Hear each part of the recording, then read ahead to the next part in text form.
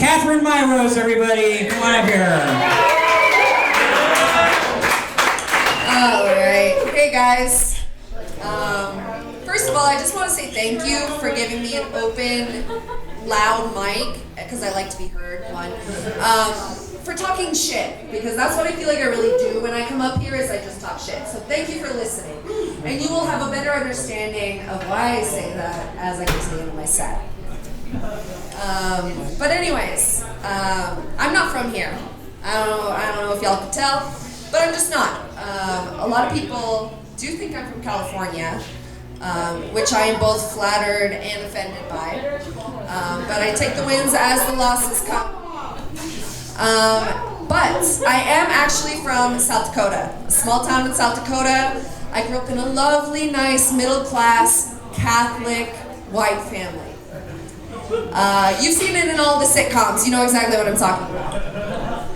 No, but it's really cute. It really is. People refer to Santa Fe as a small town, and it's cute. It's cute. But where I grew up, we had a town of 6,000 people. That's it. So everyone knows everyone's shit. And so there's something really interesting about South Dakota. One, everyone always says, I've never met someone from South Dakota.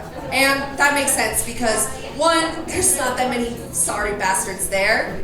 And two, most of the sorry bastards don't fucking leave. But what's really special about my hometown is if the wind blows in a certain special direction, the whole town smells like manure. God, it's beautiful. Only if it's northwest. If it's any other direction, it doesn't work. What is also great about my hometown is the first week of every month, of every August, 1 million bikers come into my town. I don't know if you've heard of Sturgis, South Dakota, but it is something. Remember, my town is 6,000 people, and we have 1 million bikers come in. And I used to be a little bitter about that, but luckily they paid for a lot of my college rent, which has done a lot for me because, you know, I'm a server now with 2 degrees, so I'm very grateful for all the monetary value they put into me. But something I learned in life is to look at everything as entertainment. And living in Sturgis, where you see all these bikers doing the craziest shit, you learn to look at it as entertainment. And I have to be honest with you guys, I love a good biker fight. Like, y'all ain't seen shit till you've seen a biker fight. And I never really truly witnessed one until Snoop Dogg actually came to Sturgis, South Dakota, which was cool. You know, so of course I had to go.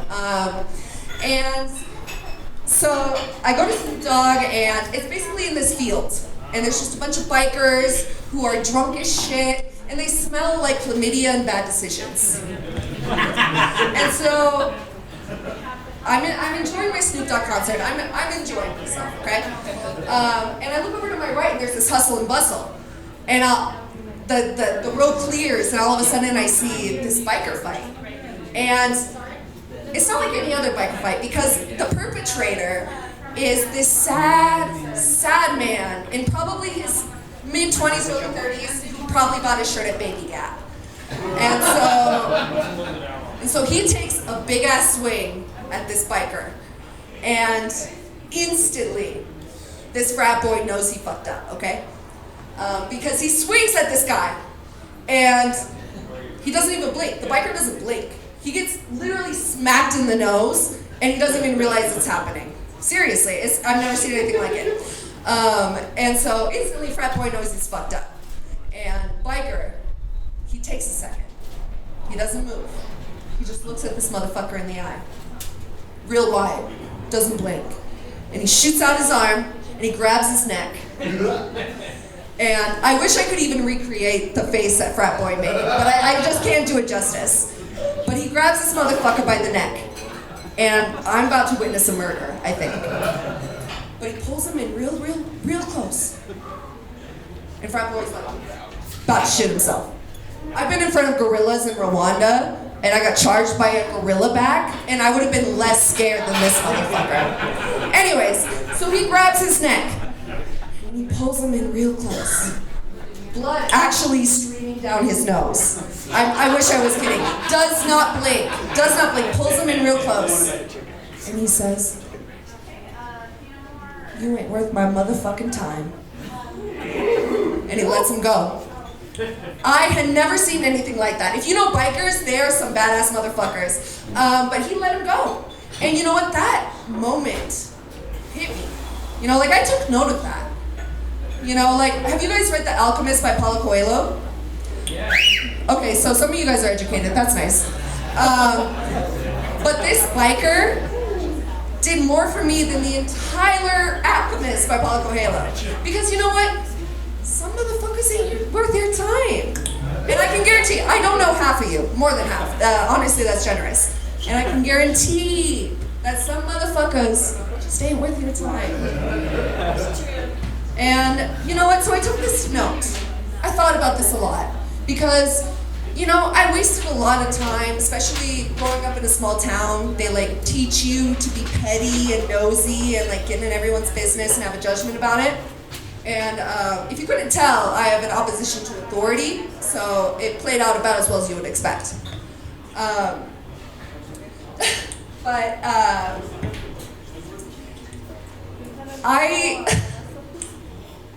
lost my spot. But I was doing this shit. I would let this take up so much rent in my mind, it was ridiculous.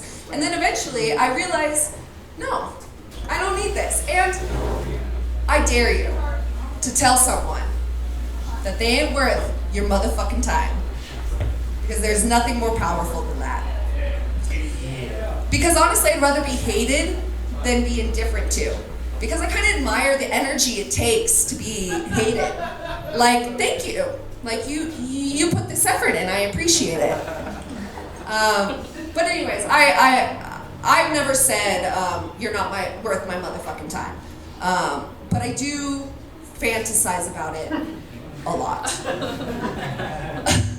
And there's one person in particular I dream about saying that to. And I have many stories about this woman, but I'll give you an abridged version. She was my dance teacher. I did ballet for 10 years, so you imagine what kind of fucked up regimen I have in my mind. Anyways, she was a bitch, and honestly, I just didn't like her. And here's the thing. You can be knowledgeable, mean, and respected, but I couldn't respect her because she couldn't even count on time. It was ridiculous. And so, I guess I recognize in this part of my life, I'll never be able to say it to her. So what it's worth.